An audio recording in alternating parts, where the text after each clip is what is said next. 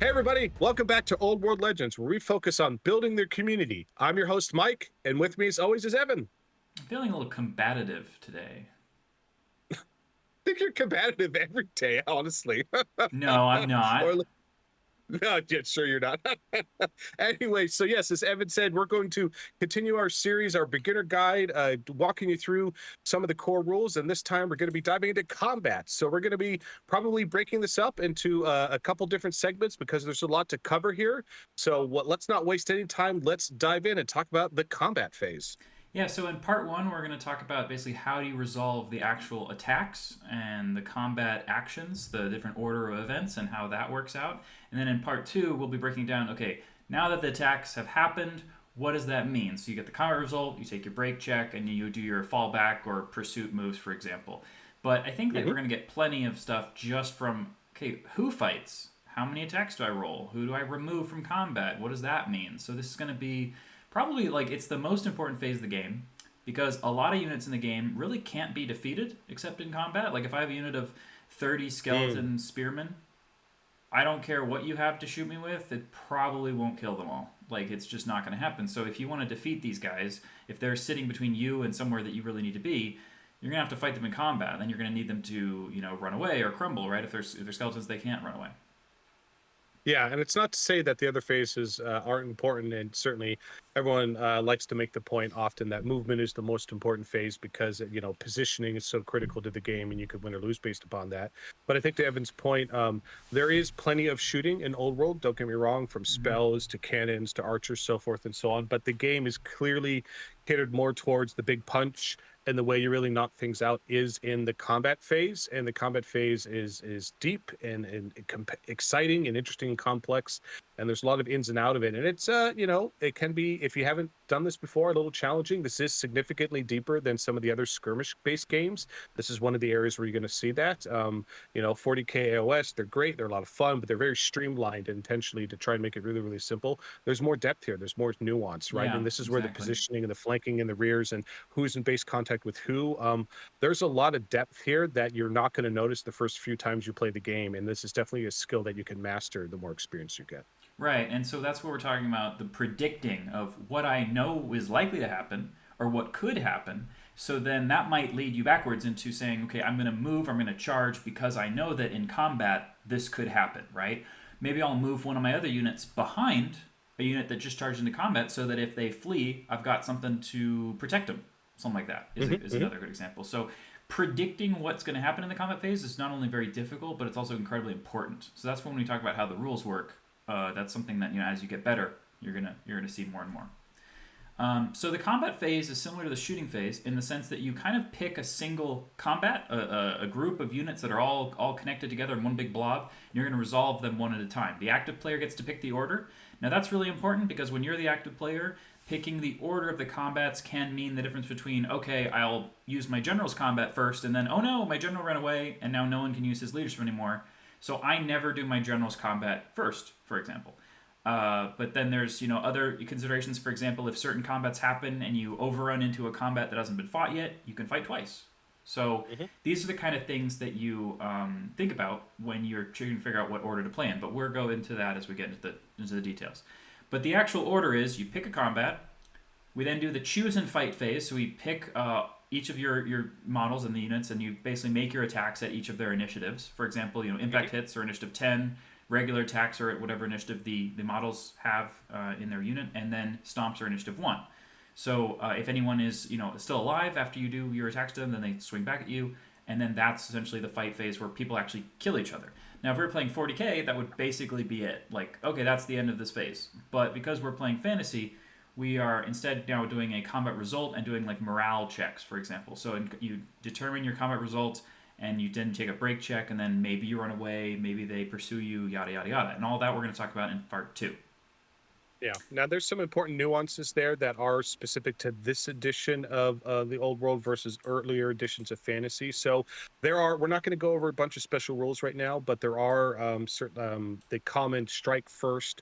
or strike last, and those still exist as special rules in this edition. But the important nuance here is in this edition, everything always happens at initiative order. There is nothing that happens before another thing besides the order of initiative. Strike Mm-hmm. first means initiative 10. Strike last means initiative 1. But then you start adding other modifiers and such. The point is, there is no after initiative 1 or before initiative 10. It just means it sets your initiative to one or the other, and then it still can be manipulated. So that's an important distinction there. And multiple things can be at initiative 1 and multiple things could be initiative 10. It means they're happening at the same time. So everything is going to occur at the initiative order that it has. And as complicated as that is, it's still, in the vast majority of cases, the unit that charges in generally just attacks first, and then the unit that got charged then goes after that. That's in the vast majority of cases, that's what happens. Yep. However, when you play against a high elf player, then maybe that's not what happens because they get to hit you before you Yep. get to go. But we'll see. Well, there's other things like countercharge and other Yeah, exciting things. But yeah, to Evan's point, the vast majority of the time, it is typically who charges is often going to strike first. yeah. Okay. So choose and fight phase. So this one is brought up quite often because the choose and fight phase is a phase when people can pick like what weapon they're going to be using and things of that nature.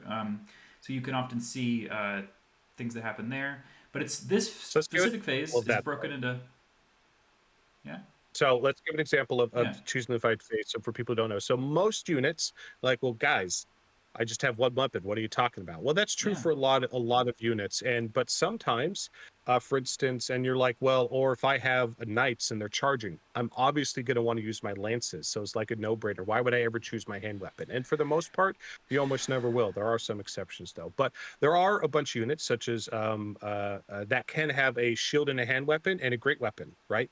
And depending on who they're fighting, you might want the great weapon because you want to get through their armor and do more damage, or you might want to play defensively. So you might want to choose your hand weapon and your shield. So yeah. that's the point, is at this point, before dice are rolled, if you have more than one loadout for your units and you have an option to use different loadouts, so like, what do you mean options? Well, the general rule is if you have a character with a magic weapon, he must use his magic weapon. You can't use your mundane weapon. So sometimes, even if you have multiple weapons on you, you are required to use a certain one. But a lot of the units that do come with multiple weapons, you actually get a choice, which is really exciting. So that's why this phase matters. So yeah, so what it's referring to when it says choose and fight, it means choose a specific combat. So if there were multiple going on, pick one of them, and then you fight the combat. So you do all of the attacks in that specific combat. So we first choose the combat, determine which models can actually fight. Then we roll all their hit rolls and roll the wound and Mhm. make armor saves and remove casualties. Now what's funny about that is that it's actually kind of like you determine who can fight, and then you pick some of those guys, and then they're going to do their attacks, and then someone else does their attacks, and each one of those attacks goes through the next 3 cycles in a row, right? So a single attack, you roll the hit, wound, and then saves, right? Mhm. Um, so normally you have to be engaged in base combat and base-to-base contact with an enemy unit to be engaged in combat. The exceptions to this are like if there's a low layer obstacle between you and something like that, then you still count as being engaged in combat. When there's 2 or more units essentially all touching each other, it's still just one combat. So you can charge a unit of knights and a dragon into a unit of infantry, and then okay, that's all just one combat. Mhm. Talking about who can fight, so the models in base to base are and basically in that front rank here. So this is all the people who are kind of in darkly shaded. They're in the fighting rank. So that means the actual row of guys that are in the same section that are going to be fighting. Models in base contact can make all of their attacks, and then models that are in the fighting rank but are not in base contact, like the orcs that are on the all the way at extended edges, can make a supporting attack. So that's what it's saying here when it says they can make a supporting attack, model in the fighting rank. So if these were savage orcs, or if these orcs had additional hand weapons, then each of the orcs in base to base, that would be 7 of them, could make 2 attacks each, right? And then the orcs on the edge could only make 1, because you're only limited to a single supporting attack. And then all the So let's knights, talk about obviously. fighting ranks, Evan. Are fighting ranks always the front rank of the unit in terms of the very front, or what? Because this confuses people. What Oh, does it yeah. mean by fighting rank? Yeah, so normally a rank is from left to right, this whole row, right? And then a file would be the vertical section.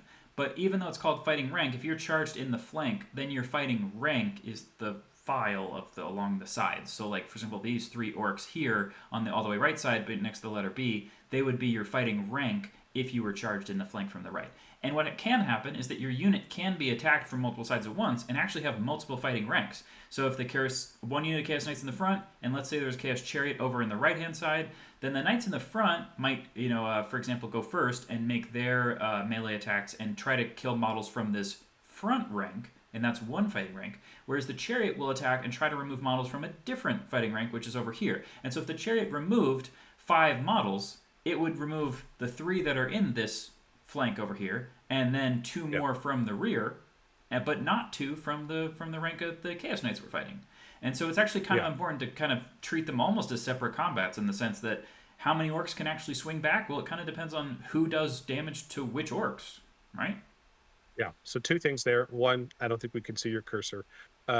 Two, the other thing for it, this is, I think, unfortunate wording. I get why the designers called it the fighting rank because it sounds good and such, but that's why it's confusing because we're being taught what ranks and files are here. But it really should be uh, models eligible to fight on this side of the unit that's engaged in combat. That's Right. really the long, The side of clunky it. way of saying it, right?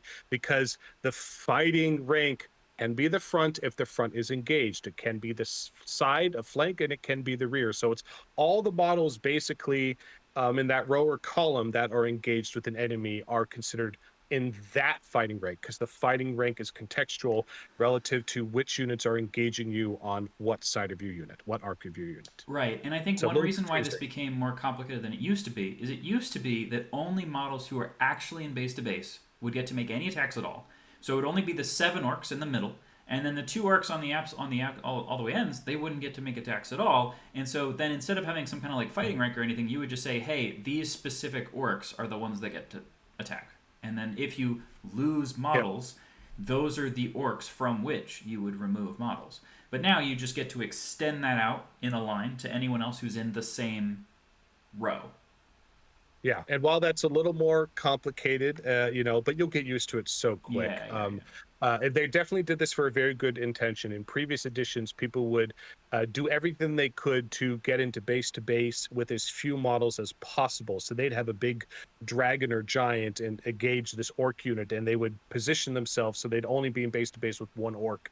So that only one orc could attack them back, which clearly is a feel bad moment for the game and for the other players. So that's clearly in this edition they made this fighting rank concept to make it so, and again, to be fair, they do have fluff here of like, well, it's abstracted, right? They're fighting and poking and prodding and going around and Yeah, stabbing each other the and so orcs forth on the and so sides on. have kind of lapped around and started to swing around the sides. And Right. this was something in 6th edition where if you won combat and you followed up, what they actually didn't even move, right? But if you won combat, you could actually remove models from your rear and put them along the sides of the enemy unit They and did have used little to have guys that. going around the sides. And then it would create these incredibly awkward situations where what happens when those guys get charged from behind and now you're in combat with some of the side dudes? And it slowed the Who game down. knows? So this is their abstraction Yeah, to way better. it definitely avoids those awkward situations and it still allows you to fight. This is definitely a feel better mechanical system. So it's a little abstract. Right. Those are the reasons why it's abstract, but it is definitely better for the game that this concept exists. It's also worth pointing out that if you have spears or some other way to attack in additional ranks, that's similar to a supporting attack, but it actually kind of isn't a supporting attack. Yeah, It's similarly in the it's not. sense that it's limited to one model makes one attack, but it's different in the sense that it's not actually a supporting attack. It's called something different. And we'll get to Yeah, that when we go to this the goes weapon back rules. to the wording. Yeah, Yeah, so again, there is a difference between the supporting attacks are in this picture the orcs that are not in base to base. Now, diagonal counts for yeah, base to base. So yeah, technically, all the orcs are in base to base except for one on the far left and one on the far right of that fighting ring because those diagonal orcs do count.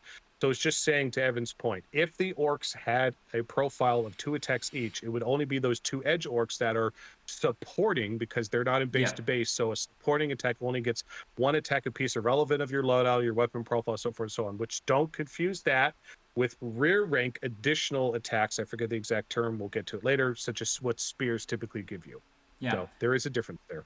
And we haven't gotten to this yet, but for the removing models phase, so if the orcs were to lose casualties, you're allowed to remove the models that are not in base to base first, so that you can keep more attacks coming back. So if the knights charged in and only killed 2 orcs, you could remove the orcs that are on the all the way outside and keep the 7 that are in base to base, and then make let's just say 14 attacks back.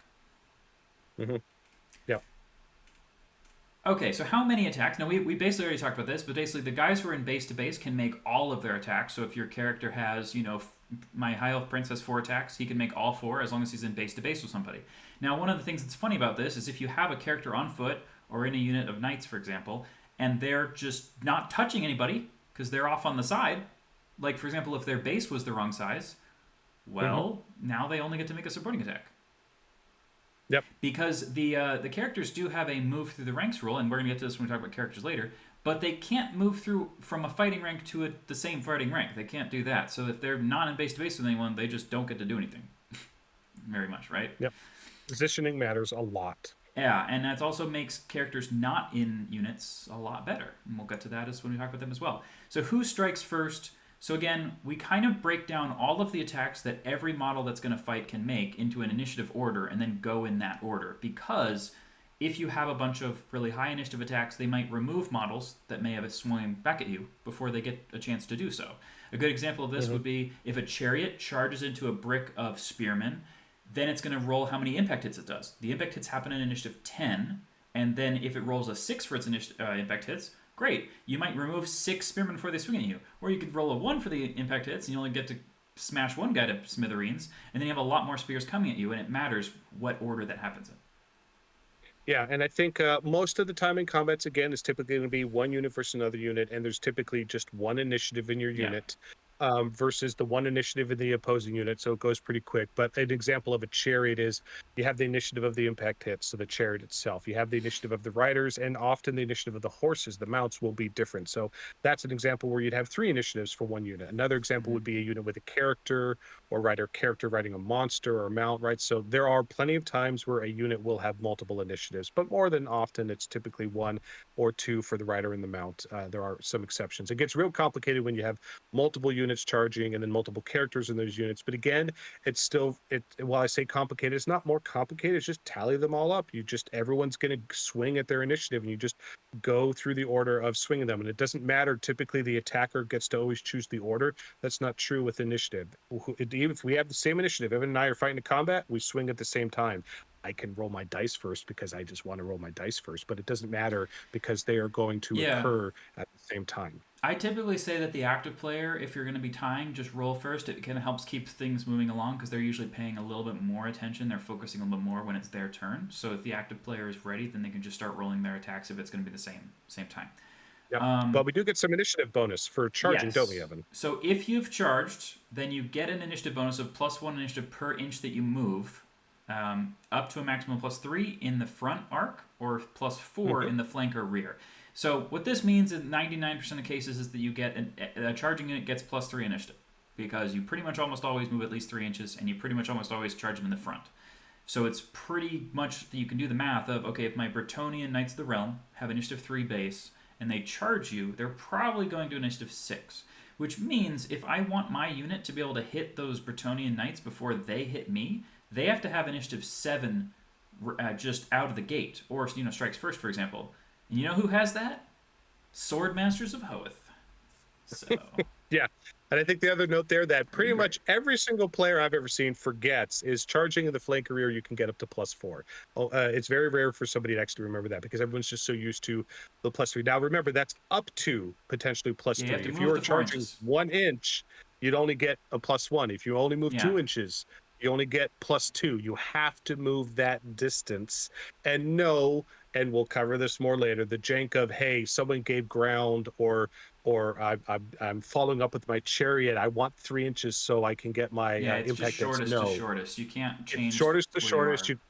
You can't do any jank. But again, we'll cover that more later in the future. But you need to travel the distance is the important thing to remember with this. Right. So I very often will abuse this by marching my unit so that it's 1 or 2 inches away from a scary enemy unit to prevent them from getting their full 3 inches, potentially giving me a higher initiative attack order, or preventing them from having their impact hits or something like that. So these are the kinds of things you can do when you understand how the rules waterfall into the effects in combat. All right. Yeah, and I wouldn't call that abusive. I call that just strategic positioning, right? So even if you don't want to be charged, there are things you can do to make it so at least they're not getting such an initiative bonus. And Yeah. depending on the army you're playing, if Evan's playing elves and they have a higher initiative out of the gate, it can make a difference. He could potentially strike first just by getting in the face of the enemy, even if he's not charging them because of the initiative mitigating the bonus his opponent would get. Right, but a good example though is if Bretonnian Knights of the Realm have initiative 6 on the charge because they went the full 3 inches, and they're charging into a bunch of Empire State troops with spears. Well, you might think, oh, I've got spears, I can poke them, right? Well, initiative 3 state troops with +1 from the spear when you get charged, that's only 4. So, no, you're just going to get crushed before you get to do anything, most likely. So that's why Mhm. if you're going to be the lowly peasant state trooper, you have to actually get within 1 inch of those Knights of the Realm to prevent them from going before you. Mhm. All right, so simultaneous combat is basically when two different units have the same initiative, and this does happen more than you might think. Then they make their Mhm. attacks at the same time. Now, the point of this is basically the active player will roll first, but then whatever casualties they cause don't reduce the number of attacks coming back at them, right? Then you just keep rolling Yep. for the next unit. Yep. Because they're happening at the same time. Okay. And the whole reason why we care about initiative at all is because if one unit gets to swing before the other, and they, let's say, have 7 attacks and they remove 3 models from the enemy unit, well, Mhm. now those 3 guys don't get to attack you at all, even if they're still a model in the front rank because he moved forward, whatever. No, they don't get to fight you, so that might dramatically reduce how much damage you're going to take from the enemy unit if you can attack first. Yep.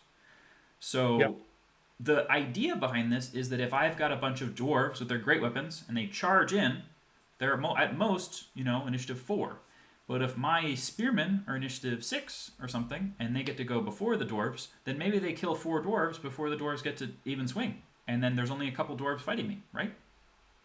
Yeah, and I think for veteran players, this is a pretty easy to understand concept. But if you're newer to the game, you have to imagine if Evan's unit charges mine and he strikes first, he causes casualties. What's happening is the guys in my fighting rank, that front rank, I'm pulling the dead from there. He's stabbing the guys directly in contact with them. But for the sake of the game, to keep it easy and to abstract it, I'm removing models from the rear of my Mm-hmm. unit. Can you imagine having to pick up models from the front of your unit? What a nightmare that would be. So, for the sake of the ease of the game, we remove the dead that Evan killed in the situation from the back of the unit. But abstractly, we remember that, okay, once it's my turn to swing back, ask Evan, all right, how many of my guys did you kill? Okay, you killed 3 or 4, Evan. That means this how many was in base. I need to remove the 3 or 4 dead that were already killed before I got to swing back. So that's Right. again, the abstraction is there for the sake of making the game easy to play by pulling the models from the rear, even though the guys in the front are the ones that are dying. So initiative matters a lot. Yeah, and this is essentially all, and it works backwards from here. So because initiative is important, movement's important. Because movement's important, charging is important, right? If it was just everyone gets to make all their attacks, then who cares who charged? Who cares who got the higher initiative number? It wouldn't mean anything. And in eighth edition, that's kind of how it worked. If you just had a higher initiative, unless if you killed the whole unit before it got to you, it doesn't really do anything. Yeah, and we won't go into that, but Yeah. certainly, you see that other skirmish games like 40K and AOS, they really simplified it and streamlined it. But initiative and the old world, the way they've constructed the rules and brought some nuances back, initiative is very important in this edition. Okay, so then what very often happens is you can actually have multiple units all in combat, and in this case, you actually have to divide your attacks between the enemy's units. So the example it gives here is that first of all, we have a bunch of dwarf warriors that are fighting 2 different goblin units, and each of the models that's in base to base with an enemy unit has to make its attacks against the units in base to base with. So that's all of the blue dwarves here in figure A. And then all of the models that are not in base to base with either unit can make the supporting attacks into either one. They get to pick. Um, Hmm. they do have to go to the closer one if they're. Yeah, they have to go to the closer unit. If they're equally close, they can pick. So this specific dwarf here, he gets to pick because they're both the same distance. But most of the time, it's a little bit more vague than that. The same thing happens here when they're attacked in the flank. So we have 2 different fighting ranks. There's the red kind of dwarves who are in that front rank fighting the goblins who are kind of to the north of them. And then there's the blue Hmm. dwarves who are fighting to the side and they're fighting the goblins to the right of them, right? And then there's just one particular purple dwarf who could go either way. So let's just assume, which would not be the Yeah. case, but let's assume that these dwarf warriors somehow had higher initiative than the goblins. Well, you would have to make 5 dwarf attacks to the goblins to the north. They'd have to make it 3 dwarf attacks to the goblins to the east, and then the purple dwarf gets to pick which way he wants to go. Now, if the purple guy was a character, that would matter a lot, right? Especially if these weren't necessarily goblins, but one of them was, a mangler squig and the other one was a unit of goblins, then maybe the attacks would be more effective in one or the other. Yeah, and keep in mind you have to declare the dwarves are all striking at the same initiative, so you don't get to Right. roll your dice and then see what happens. You have to declare where is that attack that has a choice into which bucket of dice you're going to direct that attack before you roll any dice. That's a very consistent theme in the game of making that decision before you know the results. So often dividing the attacks is really simple in terms of I'm in base, that's who I have to attack. It's not so applicable. I think what catches people off guard here a lot of times, newer players, is they have a character, and a character is in base to base with another character or a chariot or something they don't really want to hit, and they really want to punch the squishy unit that their unit's with. So let's take this example to the dwarf unit. Let's say the dwarf on the very far left was engaged in combat with those are two goblin characters. Well, goblin characters are wearing armor, they're harder to kill. He wants to kill the squishy goblin unit that the rest of his dwarf units with, but he can't direct his attacks to the goblin unit if he's only in base to base with those goblin characters. He'd have Yeah. to direct his attacks to those characters. So that happens more often than you think. Back to positioning, positioning, positioning. Where you are in the unit, where you're engaging the enemy will dictate a lot of things of where you can distribute your attacks. And so it matters a lot. Yeah. Yeah, and then it also limits. So if you had a wizard in maybe one of these goblin units here on figure over on the right, um, Mhm. if there was a goblin wizard and he was in the all the way essentially kind of like left side, well, he's only in Mhm. base to base with a single dwarf. So only that one dwarf could try to hit the wizard to see if he could hurt him. Whereas, if he was in the middle of the unit, he could be hit by 2 or 3 dwarfs essentially. Yep. So putting a character unit is not just about I just plop him in the center and that's always the right answer. That is not true. And you can, as you're moving your unit, reposition before you're in combat. Reposition where your character is in that in the front of the unit. So again, positioning matters a whole bunch. So make sure you're thinking about where are you going to engage the enemy, and are your characters in the right positions for when that combat happens. Okay, so this roll to hit chart is different than the ballista skill chart because it's actually Oh yeah. comparing your weapon skill versus the weapon skill of the person you're attacking. So weapon skill contributes to your hit rolls being better, and it also contributes to the enemy having a harder time hitting you. So it's kind of like armor class in D&D, for Hmm. example. Um, Hmm. it's a lot simpler than it looks because basically, if your weapon skill is higher than the enemy, then you hit on a 3+. Unless if you are twice the enemy's weapon skill and higher, then you hit on a 2+. So if you are weapon skill 7 Elf Prince and you're attacking a Empire State Trooper weapon skill 3, then you are double. You're one higher than double them, so you hit them on a 2+, right? And then Yeah, I think. yeah, No, go ahead. and then the kind of reverse happens where if the enemy is double +1 your own weapon skill, then you hit them on a 5+. Otherwise, you hit them on a 4+. If that makes sense. So if you have goblins who are weapon skill 2 and they're making attacks against longbeards who are weapon skill 5, they have to hit on a 5+ with any of their attacks they're trying to make. So that's kind of a good Yeah, break point. It means I that think the biggest difference. the odd weapon skills are a better breakpoint most of the time. In fact, weapon skill 6 is a massive bummer because if you look, you can compare weapon skill 5 to 6. The only thing that's different is that weapon skill 6 hits units that have weapon skill 5 on 3+. Everything else is exactly the same. Yeah, and I think the biggest difference in this chart, there's two compare this chart to the shooting chart to hit. So first of all, the shooting chart, it's just how good are you at hitting things, and then you apply the modifiers, right? There's no comparison. It's just how good are you, and am I at long range? Am I close? Do I have this? Yeah, am I shooting multiple shots? So that chart, and it just keeps going up and down by one at a time on the die roll per that chart.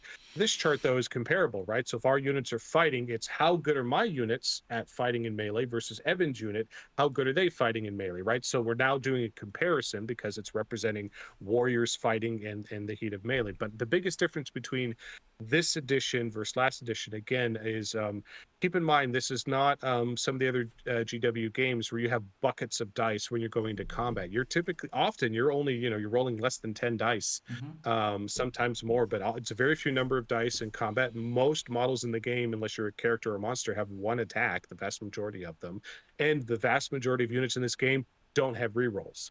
So a big difference in this edition is they wanted to reduce a lot of the feel bads because this game still can be very swingy because there's very few dice and very few rerolls. So the dice can giveth, the dice can taketh very quickly, and you could have big swings in this game. But that also creates really exciting moments, which is why we don't want to lose that feeling in this game. So they've made this chart so you have to be more than double the opponent in order to make it harder to hit than that 4+, and you have to be more than double to hit on that 2+. They really wanted to bring the extremes out where often in other earlier editions too often it'd be like 1+s to hit or 6s to hit.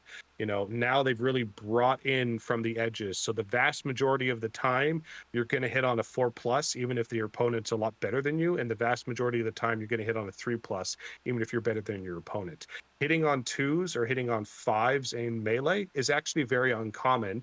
Typically it's when you're going to get like a lord level melee character versus someone weak that you're going to start seeing those differences. But that doesn't happen that often. So that's why they wanted to do that. And actually, it feels a lot better in the game because it's pretty feel bad when you're like, well, I have 5 attacks. Oh, I need 6s to hit you with my 5 dice. Oh, none of them hit. It just was not fun. Versus now it's, oh, half of them will hit on average. Now you still have to wound and you still have to get through armor. We haven't gotten there yet. So there's still plenty of opportunities for the other person to defend themselves or for the attack to not result in a wound. But this chart, in my opinion, feels a lot better. And I think it was a really good design decision. But it is a little bit more of a barrier up front. If you're not used to the system, it's going to take a few reps playing a few games until you get the hang of this. Yeah, I will just say though, you basically always hit on a 4+ or a 3+ though, because most weapon skills are not spread all over this chart. The only thing in the game that has weapon skill 10 is essentially a bloodthirster, I think, and the only thing in the game with weapon skill Unless you get 1, buffs. yeah, but there's also very few buffs to weapon skill. That's Doesn't correct. happen There's often. very few. Mm-hmm. But yeah, so you basically have weapon skill 3, 4, and 5 attacking each other, and a lot of the time it's just, okay, I hit you on 4s or 3s. Yep. Okay, so then after you've hit somebody with your attacks, you then roll to wound. So then you compare your strength versus the enemy's toughness. This is exactly the same as the chart from the shooting. So the chart's repeated, Mm-hmm. but it is the same. And basically every pip of strength you have gives you +1 more to wound until it suddenly is a 2+ to wound for anything that you're 2 higher than, or it's a 6+ to wound if you're 2 lower than it. So if you have strength 3 and you're attacking toughness 5, you have to wound them on a 6+, right? Yeah, and I guess the difference is keep in mind a lot of the shooting weapons, you're going off the strength of just the shooting weapon. If I'm shooting Right. you with a bow or a cannon, it's what's the strength of that weapon, versus in melee, it's what's the base strength of my model that's fighting. Typically 3 or 4 is the average strength. And then do I have a weapon that's modifying that strength, not replacing it? It's modifying it. So Yeah, like lances are comparatively. +2 strength on the charge, right? Or a halberd could be +1 strength, so forth and so on. So the chart is the same, but the way you calculate your strength is different. Okay. Then you make the armor save. So if all the wounds that go through, the enemy makes their armor saving rolls for. But they also need to know the AP of the hit. So you're going to tell them, okay, I got 3 wounds with AP 1, and then they're going to say, okay, my dwarves have heavy armor and shield. So that combines the 5+ with the +1, gives me a 4+ armor save. And you said I have to take rolls with a -1 from the AP. Okay, so that means I'm going to go from a 4 up to a 5 up, and then I'm going to roll my dice and see if I get any 5s or 6s. And if I do, those ones don't, remove any wounds, and any of the ones that are 1 through 4 are going to remove a wound because of the AP. So AP very often is very, very strong because it can remove an entire roll. If you have AP2 and the enemy only has a 5 up armor save, then they just don't get a save at all, which is a lot better than letting the other person potentially roll, all 6s and then, wow, nothing happened. And for our newer users, what does AP stand for? Armor piercing. Armor piercing. So that's typically most very few things in the game will have armor piercing built into their profile. Some things do. Typically, those are monsters. But often units will have weapons that will have armor piercing on the weapon, and you'll see that AP in brackets, and it's saying this weapon is this much. The higher the number, the better at reducing, getting past the enemy's armor. So you're like, oh, geez, that unit has a 2-up armor save. How am I ever going to get past it? You have weapons that have armor piercing value, and that reduces their armor save. That's how you get past it.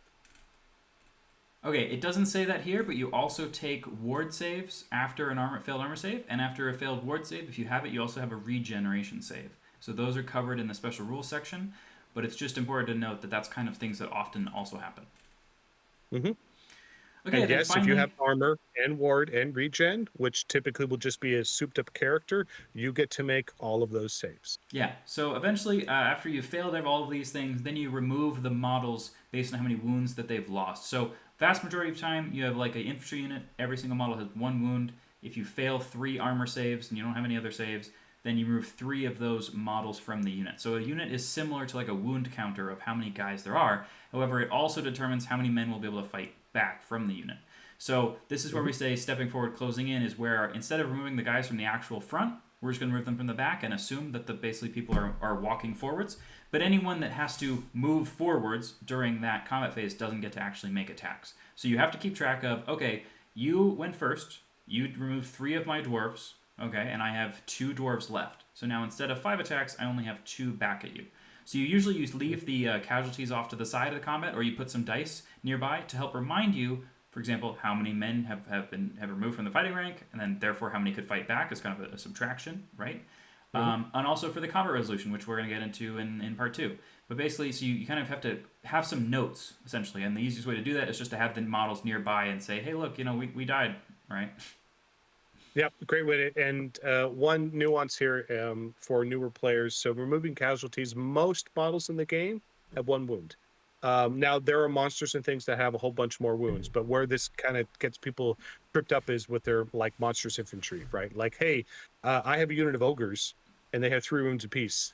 Do I just do 1 wound to each ogre, Evan? Is that how that works? No, no. So when you have multi-wound models that are actually in a unit, then the unit has to take all of the wounds on a single model first until it removes it, and then it start taking them on the next model. But that is a big advantage for multi-wound models because even then, if you have 5 lost wounds, you only remove 1 ogre, and then 1 ogre is on 2 wounds left. Mm-hmm. Yeah, and this is an important nuance here that it's not critical to hear, but for those who are listening, it's if the enemy is hitting you with a weapon that has multiple wounds on the weapon, especially if it's like a D3 wounds or 1 to 2 wounds, right? And they have to roll them one at a time. That's how it works because it has the potential to give the advantage to the ogre. In this example, we're using the multi-wound ogre unit because if I roll, for instance, let's say Evan's hitting me with something that does D3 damage per hit, and Evan gets 3 attacks through, and it's D3. Well, that could potentially kill 3 ogres if he goes 3, 3, 3. Shit, he just killed 3 ogres. But if he could go 1, 1, 3. I've only lost 1 ogre because it do 1 damage, 1 damage. The ogre's still alive on 1 wound Right. left out of his 3. Then he did 3 wounds.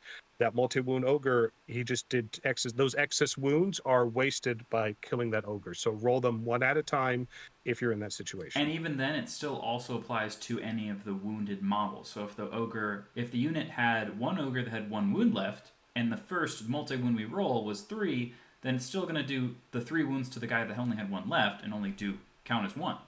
And then we're going to Only start count as rolling one. for the next guy, right? So it's still important, basically, and there can be some fun little quirks that happen because of that. So you can't roll them all at once. Hmm. Okay, it's also possible that you can do more damage than basically how many models they have in the fighting rank. It's fine. You just keep removing more models. I know my dragon does this all the time. If it can remove essentially guys who would have like spears or something, and then they then can't make their supporting attack either. Hmm. But basically, yeah, you can kill more than just the fighting rank's worth of models. Hmm. And so finally, basically, once you've removed all the casualties from one set of initiative attacks, you then go on to the next set of initiative attacks until there are none left, right? So you start with impact hits, for example, strikes first attacks, and you go through all the initiative orders.